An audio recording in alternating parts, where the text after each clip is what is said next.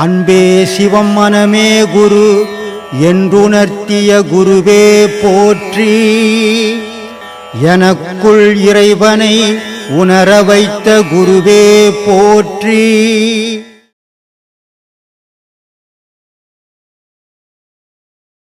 எந்தனிடம் பசியாருமோ உன்னை சதா காலமும் கீழ்மேல் துதிக்காமல் உன்னுடைய மனம் உருகுமோ வேதாந்த பரமசிவ மெஞ்ஞான மூர்த்தியே வேமானந்தா குருவே. மண்ணு நடு அப்பாகி அப்புதனில் விஷ்ணுவாய் மாய்கை நடு சங்கரணமாய் மனது நடு பிரம்மமாய் பிரம்ம நடு ஞானமாய் மாணிக்க கொடி விளக்காய் கண்ணு நடு ரூபமாய் நீ நீ காது நடு சத்தமாய் கண்கண்ட மந்திரமாய் காணல் நடு நாந்தலாய் நாந்தல் நடு காணலாய் காணாத வெண் சாரமாய் பெண்ணு நடு ஆணுமாய் ஆணு நடு பெண்ணுமாய் பெரிய நாமக்காரணமாய் பேயன் பித்தனாய் திரியாயின் உமையாய் பேரின்ப மௌன நெறியாய் விஷ்ணு நடு விந்துவாய் விந்து நடு நாதமாய் விளையாடுகின்ற பரனே வேதானந்த பரமசிவ மெஞ்ஞான மூர்த்தியே வேமானந்த குருவே. சித்தி ஊரை சேர்ந்த போடிமலை குகையினில் சித்தன்பு மீதில் நாட்டி சிறிது நாள் இன்ப துன்பங்களுடன் அடிபட்டு சிறியனும் நாம தியானம் பக்தியாய் உருவேற்றி உன்னை காண்பதற்காக 14 லோகமும் எட்டி பஞ்சபூதங்கள் நொடிக்குள் உன்னை கண்குளிர பார்க்க உற்ற அருமையனே.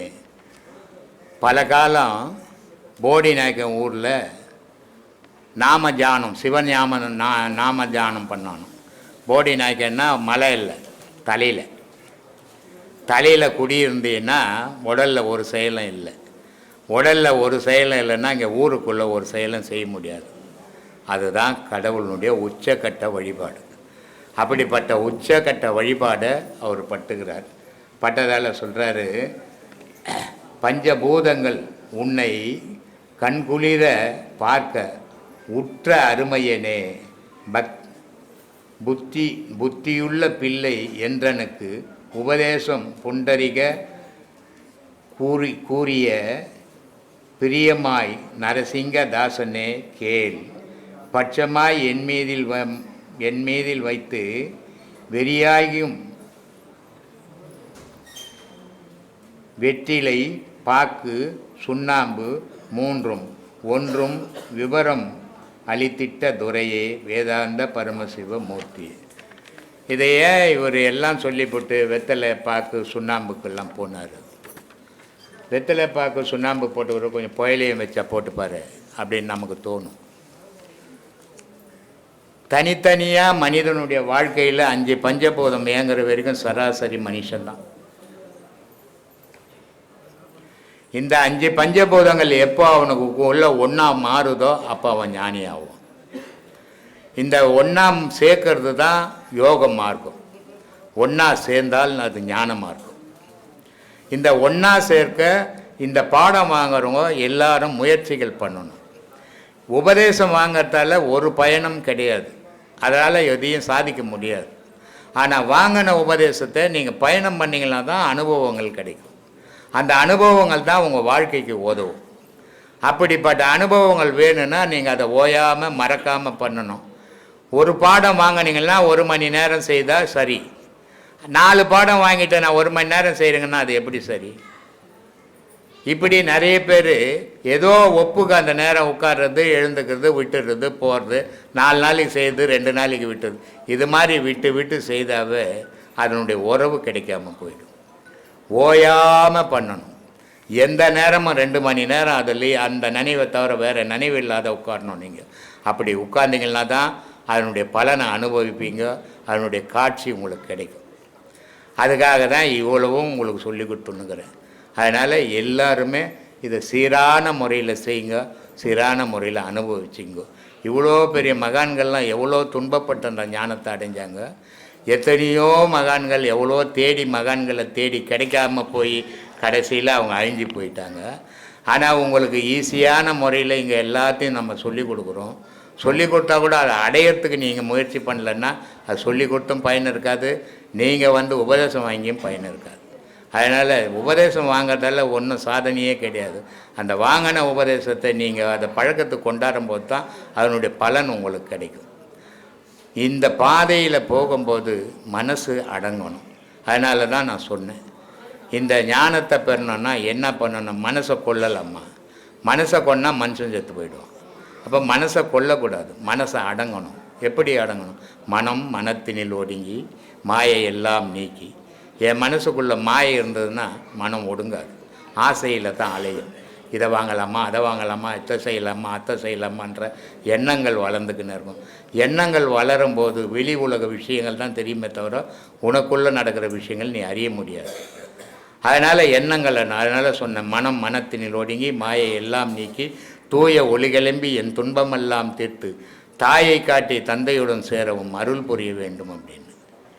இதுக்கு காரணமான பொருள் மனம். இந்த மனம் அடங்கினா தான் தாயை பார்க்க முடியும். தாயை பார்த்தா தான் அப்பா யாருன்னே தெரியும். தாயை பார்க்காம தகப்பன் தெரியவே தெரியாது அவனுக்கும்.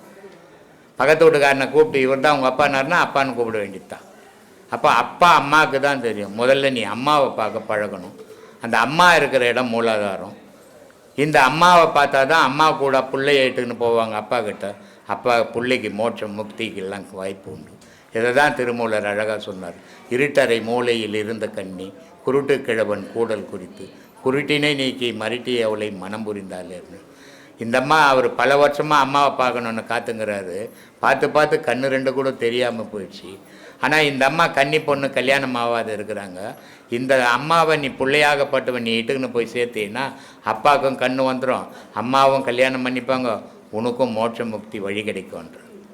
இப்படி ஏதோ புக்கில் ஒரு பாட்டை எடுத்துக்கின்னு படிக்கிறதால ஒரு பயனும் கிடையாது. அந்த பாட்டுக்குள்ளே அவங்க நமக்கு என்ன சொல்லியிருக்கிறாங்கன்னு தெரியணும். இதை தான் இன்றைக்கி நிறைய பேர் என்ன பண்ணுறாங்கன்னா, அந்த பாட்டுங்களுக்கு விளக்கம் புரியாதால இதை மறைப்பொருள் மறைச்சி வச்சுக்கிறாங்க அப்படின்றாங்க.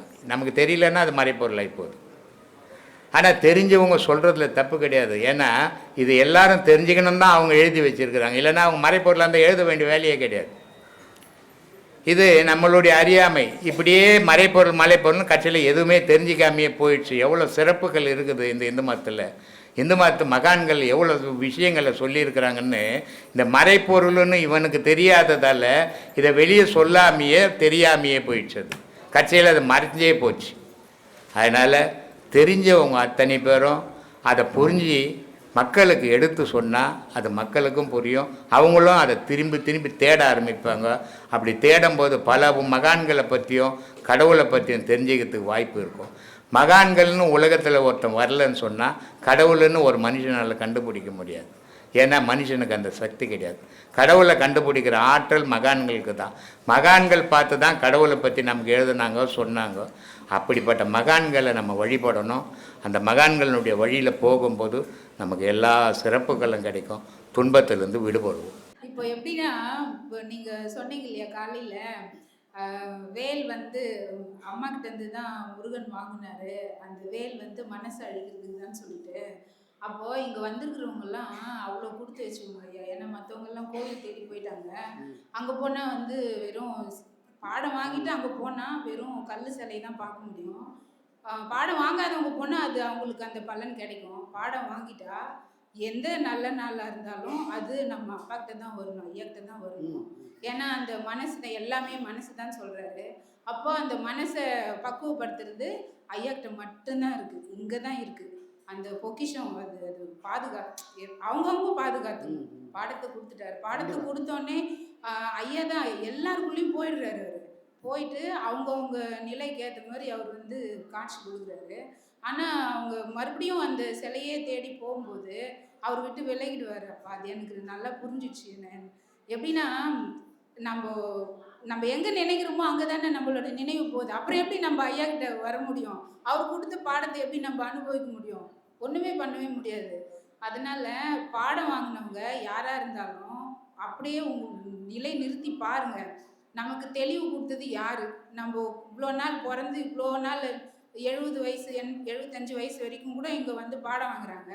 இவ்வளோ வருஷம் கோவிலுக்கு போயிருக்கிறாங்க. ஏதாச்சும் யாருன்னா தெளிவு இருக்குதாப்பா? சின்ன குழந்தை, ஒரு பிறந்த குழந்தைய கூட தூக்கின்னு கோவிலுக்கு போறாங்க. அப்படி தாத்தா, பாட்டி, குடும்பம் எல்லாமே போகுது. போய் ஒண்ணா போயிட்டு ஒரு சிலைய பார்த்துட்டு வராங்க.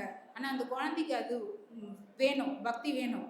பெரியவங்களுக்கு எதுவுமே இல்ல. அந்த குழந்தைக்கு என்ன கிடைக்குதோ, அதுதான் அந்த பெரியவங்களுக்கும் கிடைக்குது. அப்போ ஐயாகிட்ட வந்தா, அது நம்ம யாரு? நான் யாரு? நான் எப்படி வந்தேன்? அப்படின்றதெல்லாம் ஒவ்வொன்னுத்தையும் ஆராய்ச்சி பண்ணி பார்க்கும்போது, இந்த அவரு யாருன்றது நமக்கு தெரியுது. நம்ம எங்க போறோன்றதும் தெரியுது. ஆனா இதெல்லாம் புரிஞ்சுக்காம, மறுபடியும் நான் அங்கேயே போறேன், அங்க கோவில் போய் பார்க்குறேன். அவரு எவ்வளவோ சொல்லிட்டாரு. உன்னோட தலை தான் வந்து கோபுரம். உனக்கு அபிஷேகம் பண்ண முடியாதுன்னு தான் கோபுரத்துக்கு அபிஷேகம் பண்றாங்க. அப்படின்னும் சொல்லிட்டாரு அவரு. அந்த ஞ யோகம் பண்ண பண்ண உன்னோட தலை வந்து அந்த கலசம் மாரி இருக்கும் அப்படின்னு சொல்லிட்டாரு. இன்னும் எவ்வளோ இந்த மக்கள் வந்து அங்க வர மக்களே வந்து புரிஞ்சுக்க மாட்டேங்கிறாங்க. இன்னைக்கு நாள் வந்து எப்படின்னா, அது வந்து தேவலோகத்துல இருக்கிற மாரி இது. தேவ தோட்டம் இது. அது வந்து சாதாரணமா இல்ல. கூட்டத்தோட கூட்டம் போயிட்டு, அங்க இடிச்சு அவங்களோட மூச்சு காத்து நம்மகிட்ட வந்து, மறுபடியும் அதிலேயே தான் அந்த மண்ணும் சேரும் எப்படி கலந்து இருக்கோ, மறுபடியும் விவசாயத்துக்கு வந்துட்டு மண்ணும் சேரு சகதி எல்லாம் எப்படி ஒண்ணா கலந்துன்னு இருக்கோ, அந்த மாதிரி தான் அப்ப இருக்க முடியும். தெளிந்த நீரோடை கடல்ல எப்படி இந்த நீர் ஆவியாகி மேல போதோ, அந்த மாதிரி நம்ம போய் ஆகணும். அப்படி இருந்தாதான் அந்த ஆன்மா வந்து ஐயா கிட்ட போய் சேரும். ஆமா, கரை சேரும். அவர்கிட்ட இருந்தாதான் அந்த மன அமைதி கிடைக்கும். எல்லாமே பிறப்பே இல்லாம போயிடும். அவரோட காலடியில நம்ம இருப்போம். அது தெளிவா அது புரிஞ்சிச்சு. அது அது சின்ன வயசுல இருந்தே அந்த சிவன் அண்ணாமலையாரே உன் கூட தான் நான் இருப்பேன்னு அந்த முடிவு வந்தாச்சு. பிறந்ததே அவரோட வரம். அதனால அந்த அவரை பிடிச்சிடணும். இனிமேனாச்சும் நம்ம சீடர்கள் அவங்களோட உங்க குழந்தைங்கள நீங்க கூட்டின்னு போங்க, தப்பு கிடையாது. ஆனா நீங்க பாடம் வாங்கிட்டீங்களா? பாடம் எனக்கு ஒழுங்கா வரல. நானு பாடம் பண்ணா எனக்கு அனுபவம் வரல. பார்வை நிக்கல அப்படின்னு சொன்னா, ஏன் சொல்றீங்க அத? அது எதனால வருதுன்னு யோசிக்கணும். YouTubeல நம்போ பார்க்குறோம். மத்தவங்க பேசுறத எடுக்கவே கூடாது. அப்படி எடுத்தீங்கன்னா, நீங்க அவங்க கிட்ட உங்களோட சிந்தனைய குடுத்தீங்கன்னா, உங்களோட நினைவு வந்து அங்க போகுது. அப்ப அவங்க தான் உங்க மைண்ட்ல இருக்கிறாங்களே தவிர, ஐயா இருக்க மாட்டாரு. அதுக்கப்புறம் நீங்க வந்து பாடம் பண்ணா பிரயோஜனமே இல்ல. மழை தண்ணியோட சேர்ந்து அந்த காவாயில போற டிச் தண்ணி மாரி ஆயிடுவான். அப்ப அது மறுபடியும் வந்து கடல்ல சேர்றதுக்கு ரொம்ப நாள் எடுத்துக்கும். ரொம்ப நாள் எடுத்துக்கும். அப்போ வந்து விழறது வந்து ஸ்ட்ரெயிட்டா நல்ல தண்ணியிலேயே விழுந்துடணும். அப்ப அந்த நல்ல தண்ணி யாருன்னா நம்ம அப்பா தான். அவரோட எப்படி போர் அடிச்சாலும் பரவாயில்ல. மறுபடியும் மறுபடியும் ஐயாவோட பேச்சையே கேளுங்க. மீதி நேரத்துல தூங்குங்க, படுத்து கூட. வேற எதையும் பாடம் வாங்கினவங்களுக்கு சொல்றேன் நான். மற்றவங்கள நான் சொல்லவே இல்லை. நம்ம ஐயா கிட்ட பாடம் வாங்கினவங்கள நம்ம ஐயா கொடுத்த பாடத்தை சும்மா உட்காரும்போது செய்யணும் இல்லையா? ஐயா என்ன சொல்றாரு கேட்கணும் இல்லையா? வேலை செய்யணும் இல்லையா? படுத்து தூங்கணும். இதுதான் நடக்கணுமே தவிர, மற்ற குரு என்ன சொல்றாங்க, அவங்க என்ன சொல்றாங்க, இவங்க என்ன சொல்றாங்கன்னா, உடல் உபாதைகள் வரும். நோய் வந்தால் அதை நல்லாக்க முடியாது. எவ்வளோ மாத்திரை சாப்பிட்டாலும் நான் பாடம் வாங்கினேன், எனக்கு இடுப்பு வலிக்குது, வயிறு எரியுது, இப்படியெல்லாம் சொல்லும்போது ஐயா ஒன்றுமே பண்ண முடியாது. ஏன்னா நீ என்ன நினைக்கல, வேற யாரோ நினச்சின்னுக்கிற. நான் எப்படி உன்னை வந்து காப்பாற்ற முடியும்? இதுதான் அங்கே வந்து நிற்குது. என்ன நானே அனுபவிச்சுக்கிறேன். அதை அனுபவிச்சு அது ஒரு சின்ன குழந்தை மாதிரி மோசமாக அழுந்து, அப்பா என்னோட முகம் வந்து உன் காலடியில் தான் இருக்கும், அவ்வளோதான். இனிமே நீ என்ன பண்ணாலும் உன்னோட பொறுப்பு அப்படின்னு சொல்லிட்டு ஒப்படைச்சாச்சு. அந்த மாதிரி உங்களை ஒப்படைச்சிங்கன்னா ஒவ்வொருத்தரும் அந்த பாடம் அவ்வளோ ஈஸி, ரொம்ப ஈஸி. உடலையும் உயிரையும் பிரிக்கிறது ரொம்ப ஈஸி. நேற்று நான் பஸ்ஸில் வரும்போது இவ்வளவும் மைண்டில் வருது.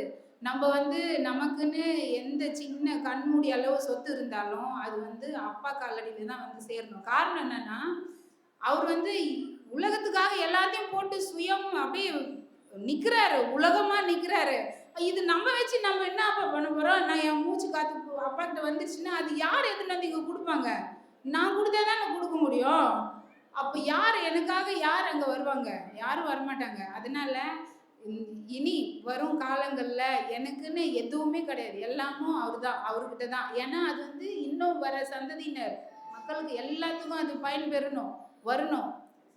எல்லாரும் வந்து இதை அனுபவிச்சே ஆகணும். அதனால சீடர்களுக்கு, அதாவது பாடம் வாங்கினவங்களுக்கு ஒன்னே ஒன்று மட்டும் சொல்றேன். நீங்கள் என்னை எப்படினாலும் எடுத்துங்க, திட்டினா கூட திட்டுங்க, வீட்டில் போயிட்டு என்ன இந்த பொண்ணு இப்படி பேசுதுன்னு சொன்னாலும் சொல்லுங்கள்.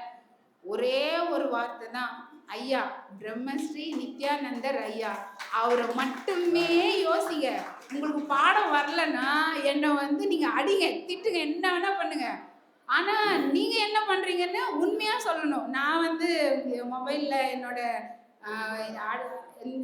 எனக்கு 2 குரு 3 குரு, நான் அங்கே போனேன், அந்த கோவில் போனேன், இந்த கோவில் போனேன்னு சொன்னீங்கன்னா பாடம் வராது. நீங்கள் ஐயான்னு நிஜமாக ஒரே இடத்துல ஒரே புள்ளியில் இங்கே நிற்கிற மாதிரி ஒரே புள்ளியில் நின்னீங்கன்னா அவர் கண்டிப்பாக உங்கள் கூடயும் வருவார், உங்கள் கூடயும் பேசுவார்.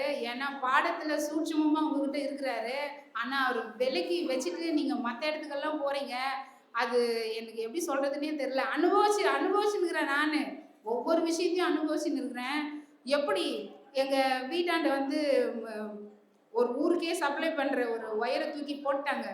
அது எவ்வளோ 11,000 கிலோவாட்ஸ் அந்த ஒயரை தூக்கி போட்டாங்க. 1 வருஷம் ஆகுது. எவ்வளோ பேர்கிட்ட போயிட்டு நாங்கள் அந்த இதெல்லாம் கொடுக்குறோம், மனு எல்லாம் கொடுத்து பார்க்குறோம். யாருமே எதுவுமே எடுக்கல. ஒரே வாரம் தான், அப்பா இந்த கம்பி வந்து பக்கத்தில் போய் ஆகணும், சைடில் போய் ஆகணும். ஒரே வாரம் தான் உட்காந்து பாடம் பண்ணேன்.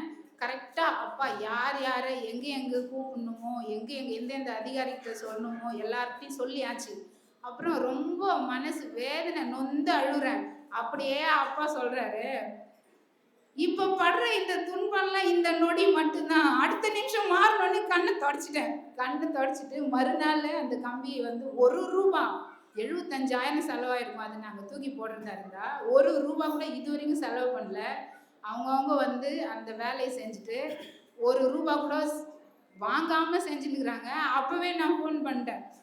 ஏம்மா அப்படின்னா, நீங்கள் ஒரு வார்த்தை சொன்னீங்க நேற்று, இந்த துன்பமும் இந்த நொடி அடுத்த நொடி மாறிடுவாது, இது பெரிய துன்பமாக நம்ம நினைக்கக்கூடாதுன்னு சொன்னீங்க அப்படின்னு சொல்லிட்டு ரொம்ப மனசு பூரிச்சிச்சு. அதனால துன்பம் வரும். ஏன்னா நம்ம பண்ணது அவ்வளோ இருக்குது, வாழ்க்கையில் அவ்வளோ இருக்குது. எல்லாத்தையும் பண்ணதால எல்லாமும் வருது தான்.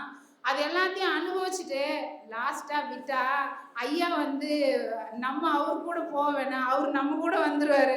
இது வந்து சத்தியமான உண்மைப்பா. இது வந்து நான் புரிஞ்சுக்கிட்டேன். என்னோட உலகம் அவரு தான், என்னோட உயிரும் அவரு தான், நானே அவரு தான், நான். அவ்வளோதான். ஆத்மா வணக்கம் சாமி.